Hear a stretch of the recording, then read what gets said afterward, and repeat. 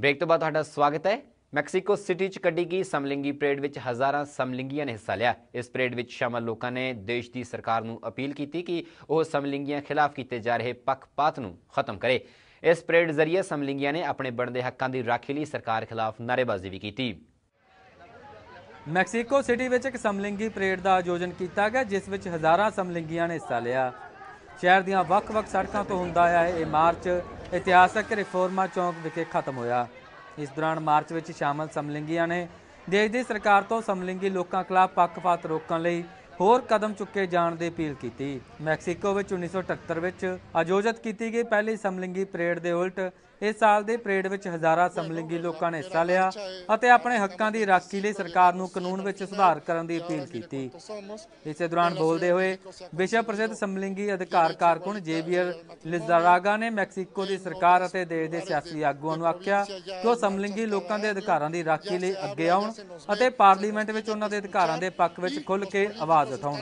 कुछ सियासतदानों वालों समलिंगी ब्याहां की कीती जा रही विरोधता की आलोचना करते हुए लिज़रागा ने कहा कि अजिहे सियासतदानों नूं समझना चाहिए है कि समलिंगियां नूं भी वोट पाउण दा अधिकार है और इन्हां सियासतदानों नूं पार्लीमेंट विच भेजण विच समलिंगियां दा भी उन्ना ही योगदान है जिन्ना दूजे लोकां दा।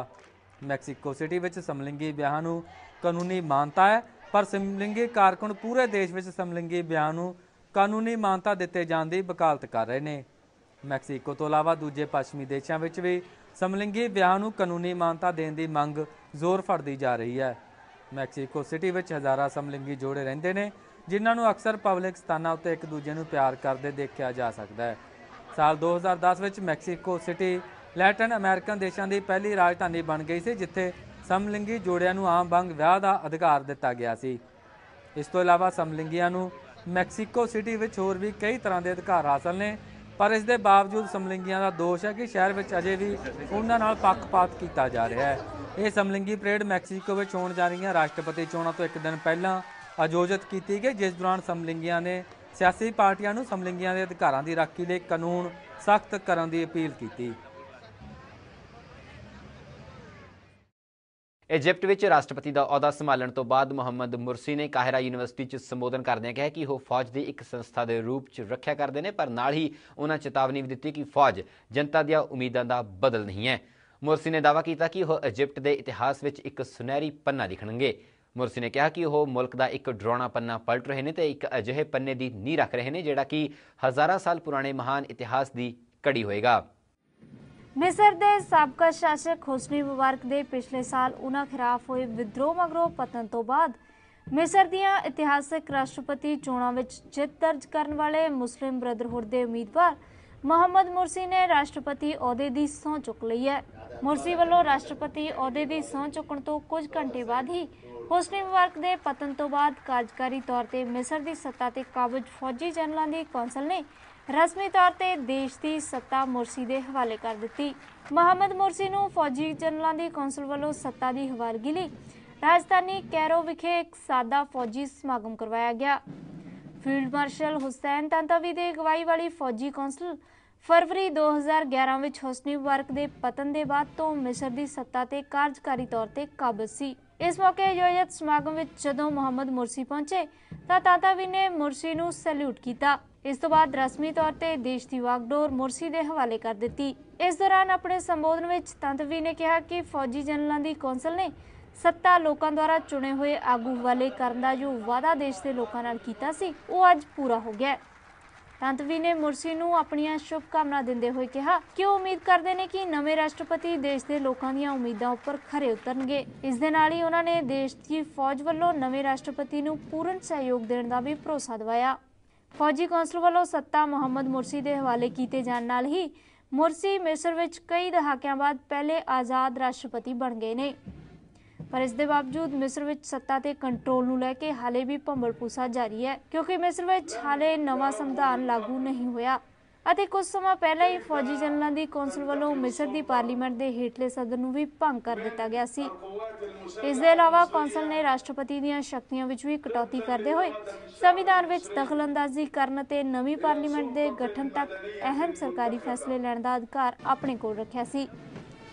इस सब के चलते राष्ट्रपति मुहम्मद मुरसी अगे कई तरह दीआं चुनौतियां ने।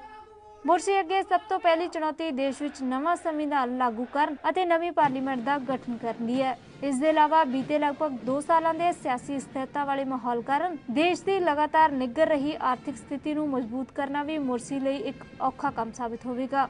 ਇਸ ਦੇ ਬਾਵਜੂਦ ਮੁਰਸੀ ਨੂੰ ਮਿਸਰ ਦਾ ਲੋਕਤੰਤਰੀ ਤਰੀਕੇ ਨਾਲ ਚੁਣਿਆ ਗਿਆ ਪਹਿਲਾ ਰਾਸ਼ਟਰਪਤੀ ਹੋਣ ਦਾ ਦਰਜਾ ਹਾਸਲ ਹੋ ਗਿਆ।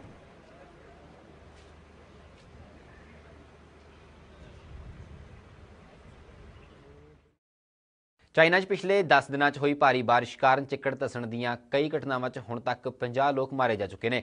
ਸਰਕਾਰੀ ਖਬਰਾਂ ਮੁਤਾਬਕ 42 ਲੋਕ ਇਸ ਕੁਦਰਤੀ ਆਫਤ ਵਿੱਚ ਲਾਪਤਾ ਦੱਸੇ ਜਾਂਦੇ ਨੇ, ਜਿਸ ਦੀ ਵਜ੍ਹਾ ਨਾਲ 4.5 ਲੱਖ ਲੋਕਾਂ ਦੇ ਘਰੋਂ ਬੇਘਰ ਹੋਣ ਅਤੇ ਹਜ਼ਾਰਾਂ ਘਰਾਂ ਨੂੰ ਨੁਕਸਾਨ ਪਹੁੰਚਿਆ।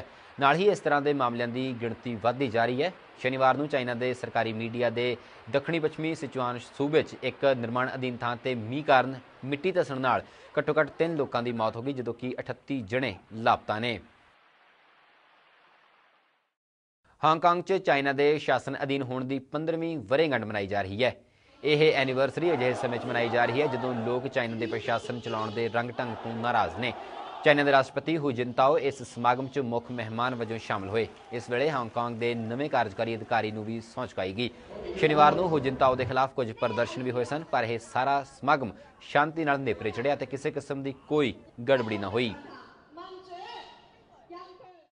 ਲੰਡਨ ਓਲੰਪਿਕ ਨੂੰ ਧਿਆਨ ਵਿੱਚ ਰੱਖਦਿਆਂ ਸੁਰੱਖਿਆ ਦੇ ਮੱਦੇਨਜ਼ਰ ਬ੍ਰਿਟਿਸ਼ ਪੁਲਿਸ ਨੇ ਮਿਜ਼ਾਈਲਾਂ ਤਾਇਨਾਤ ਕੀਤੀਆਂ ਨੇ। ਰਿਹਾਇਸ਼ੀ ਇਲਾਕਿਆਂ 'ਚ ਲਾਈਆਂ ਗਈਆਂ ਇਹਨਾਂ ਮਿਜ਼ਾਈਲਾਂ ਦਾ ਬ੍ਰਿਟਿਸ਼ ਲੋਕਾਂ ਵੱਲੋਂ ਵਿਰੋਧ ਕੀਤਾ ਜਾ ਰਿਹਾ ਹੈ। ਇਸ ਸੰਬੰਧੀ ਇੱਕ ਪਟੀਸ਼ਨ ਜ਼ਰੀਏ ਬ੍ਰਿਟਿਸ਼ ਲੋਕਾਂ ਨੇ ਸਰਕਾਰ ਕੋਲੋਂ ਮੰਗ ਕੀਤੀ ਹੈ ਕਿ ਇਹਨਾਂ ਮਿਜ਼ਾਈਲਾਂ ਨੂੰ ਰਿਹਾਇਸ਼ੀ ਖੇਤਰਾਂ ਤੋਂ ਤੁਰੰਤ ਹਟਾਇਆ ਜਾਵੇ। ਪੂਰਬੀ ਲੰਡਨ ਦੀਆਂ ਸੜਕਾਂ ਉੱਪਰ ਲੋਕਾਂ ਵੱਲੋਂ ਇੱਕ ਸ਼ਾਂਤੀਪੂਰਨ ਰੋਸ ਮਾਰਚ ਦਾ ਆਯੋਜਨ ਕੀਤਾ ਗਿਆ। ਇਸ ਰੋਸ ਮਾਰਚ ਵਿੱਚ ਸੈਂਕੜੇ ਸਥਾਨਕ ਨਿਵਾਸੀਆਂ ਨੇ ਹਿੱਸਾ ਲਿਆ ਅਤੇ ਲੰਡਨ ਵਿੱਚ ਆਯੋਜਿਤ ਕੀਤੀਆਂ ਜਾਣ ਵਾਲੀਆਂ ਓਲੰਪਿਕ ਖੇਡਾਂ ਦੌਰਾਨ ਬ੍ਰਿਟੇਨ ਦੀ ਫੌਜ ਵੱਲੋਂ ਸੁਰੱਖਿਆ ਦੇ ਮੱਦੇਨਜ਼ਰ ਰਿਹਾਇਸ਼ੀ ਇਲਾਕਿਆਂ ਵਿੱਚ ਮਿਜ਼ਾਈਲਾਂ ਤਾਇਨਾਤ ਕੀਤੇ ਜਾਣ ਦੀ ਯੋਜਨਾ ਦਾ ਵਿਰੋਧ ਕੀਤਾ ਗਿਆ। ਇਸ ਦੌਰਾਨ ਲੰਡਨ ਦੇ ਕੁਝ ਸਮਾਜਿਕ ਸੰਗਠਨਾਂ ਨੇ ਇੱਕ ਪਟੀਸ਼ਨ ਉੱਪਰ ਸਥਾਨਕ ਲੋਕਾਂ ਦੇ ਦਸਤਖਤ ਕਰਵਾਉਣ ਦਾ ਸਿਲਸਿਲਾ ਵੀ ਸ਼ੁਰੂ ਕੀਤਾ ਹੈ।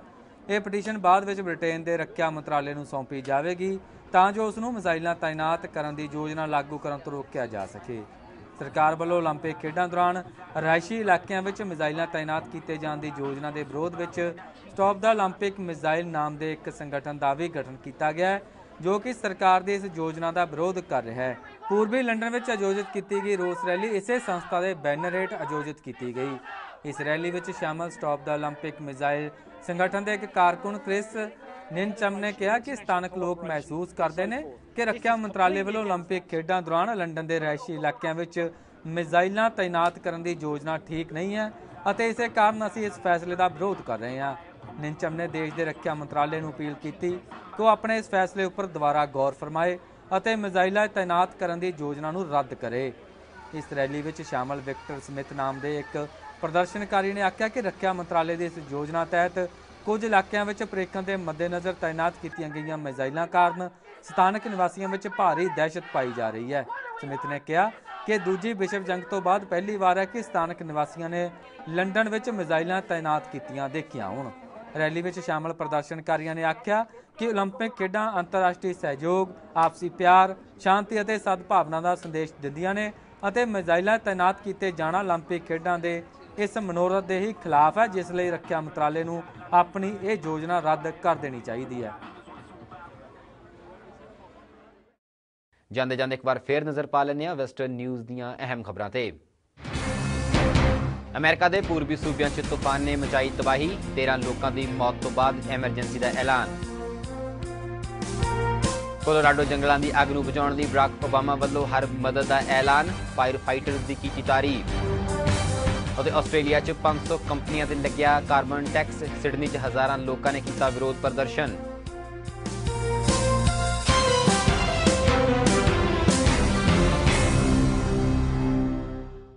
ਵੈਸਟਰਨ ਨਿਊਜ਼ ਵਿੱਚ ਬਸ ਇੰਨਾ ਹੀ। ਦੇਸ਼ ਵਿਦੇਸ਼ ਦੀਆਂ ਤਾਜ਼ਾਤਰੀਨ ਖਬਰਾਂ ਲਈ ਤੁਸੀਂ ਬਣੇ ਰਹੋ ਜੀ ਪੰਜਾਬ ਦੇ ਨਾਲ। ਧੰਨਵਾਦ।